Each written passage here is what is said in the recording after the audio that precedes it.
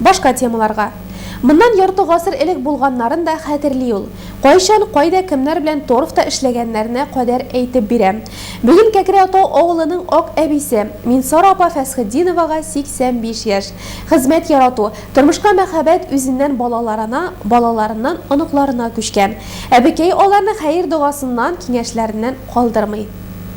أعوذ بالله من الشيطان الرجيم بسم الله الرحمن الرحيم الحمد لله رب العالمين. Шулай бисмилласын әйтеп токмаш баса, балаларым килә дип тәмле ашларын әзерләй. 85 яшын тутырса да, Минсара апа 1 минутта утырып тормый, гел хәрәкәттә. Эш күп булганга да түгел, аның әнием дип өзелеп торучы балалары, оныклары һәр чак янында. Үзе шундый тик тормас җан ул, хәрәкәттә бәрәкәт ди. 20 жыл колхозда эпек салдым. 5 жыл торфта жүрдім. Шегендерден эшләп пенсиягә чыктым. Жеңгел булмады. Мына сукна бар иде. Шуны алайым да икешәр катлап бияли җүлидем. Ик башлар бәйләп тора идем. Сарыклар асрый, унар баш сарык була иде. Әлхәмдулилlah шөкер. Берсендә әйтәм бит үзем тегүче булдым. Үзем тиктем. Капалилар тегә идем. 5 метр тегеп бирдем хәтта. Мына бөтенсендә шулай башына карадым. Аллаһка шөкер, әлхәмдулилlah шөкер.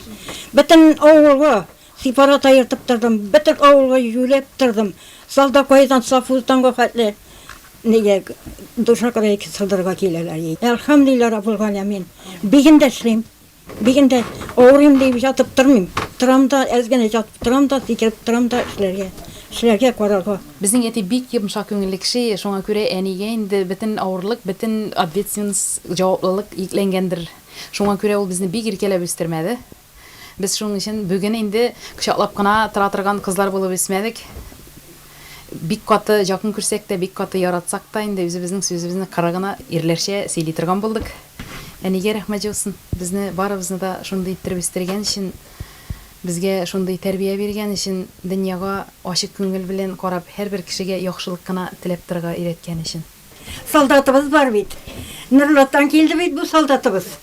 Бик кадерле бит.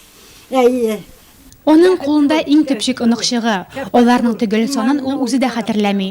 4 баласына кадерләни, ыныкларына яраткан әби булып, акрын гына тормыш йомгагын сүтә. Бүген дә кирәкле, файдалы киңәшләре белән балаларына ярдәм итеп яши. Әниләрне, әтиләрне сайламыйлар дип әйтелгән әйтем бар шулай бит. Без үзебезнең әниебездән, әтиебездән бик тә канәгать. Кичкенә чагында үзебезне белә башлаганнан бирле, әти-әни безгә гел тойып, bütün нәрсәне ул эшне эшләргә ярамый, бу эшне эшләргә ярамый дип гел запрет куеп үстерделәр инде. Кылындырмадылар, ышандырмадылар. Гел тәртипле булырга, әдәпле булырга өйрәтеп, 7 баланың барысында коян кылындырып бетерәсең инде. Алар бит 7 бала, 7 төрле характер, 7 төрле бала.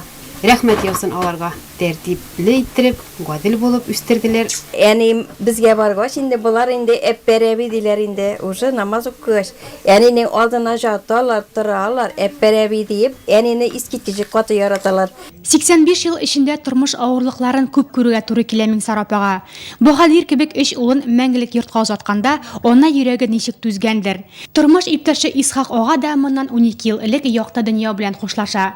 Тик балалары аны бер генә минутка да ялгызын калдырмыйлар. Үзе кебек төпле, тәмле телле, җыр-моңга гашык кешеләр. Әби битендә шундый ул аның тәрбиясе айруша була инде. Аның битендә элеккеге сөйләгән, теге элекке вакытта яшәгән вакытларын сөйләгәннәрен ишетсәң бит инде син әзгенә генә горурланасың, үрнәк аласың һәр вакытта да. Менә инде шуннан да һәрбер бала әйтеп китә аладыр, һәм үзенең балалары, анаклары әйтеп китә аладыр дип уйлыйм.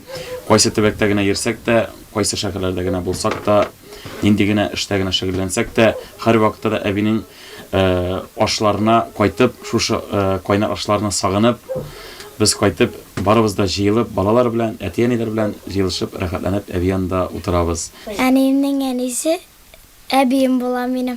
Әби генә түгел әле, ул минем дәвәнием. Без бик әбиебезне яратабыз, ул безгә ашар пешерә, ыек башлар бәйли, геле күчтән эшләп кайта. Бүген ак әбинең урыны түрдә. Хезмәт белән тир түгеп алып барылган үткәндәге тормышы өчендә күңеле тыныч аның.